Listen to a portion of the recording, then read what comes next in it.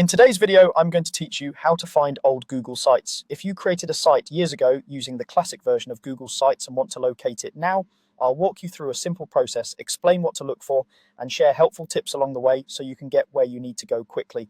Start by opening your browser and going to sites.google.com.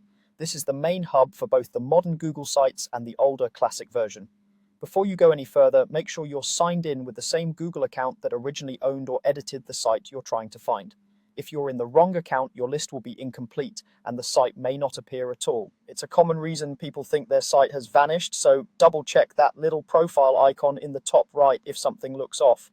Once you're on the site's homepage, look for an option labeled Classic Sites or Old Sites. Depending on your account and Google's current layout, this might appear as a link or a section on the page. Click it if you see it.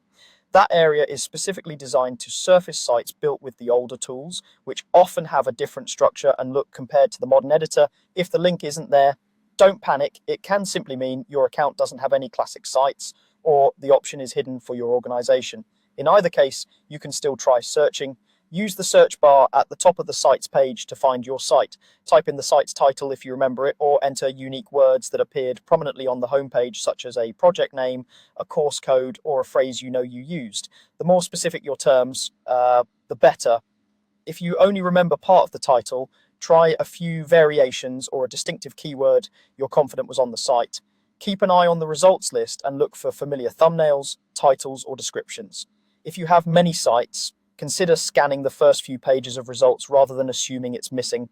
A couple of quick tips as you search: be patient and try multiple keywords, especially ones that would have been unusual or unique to that site.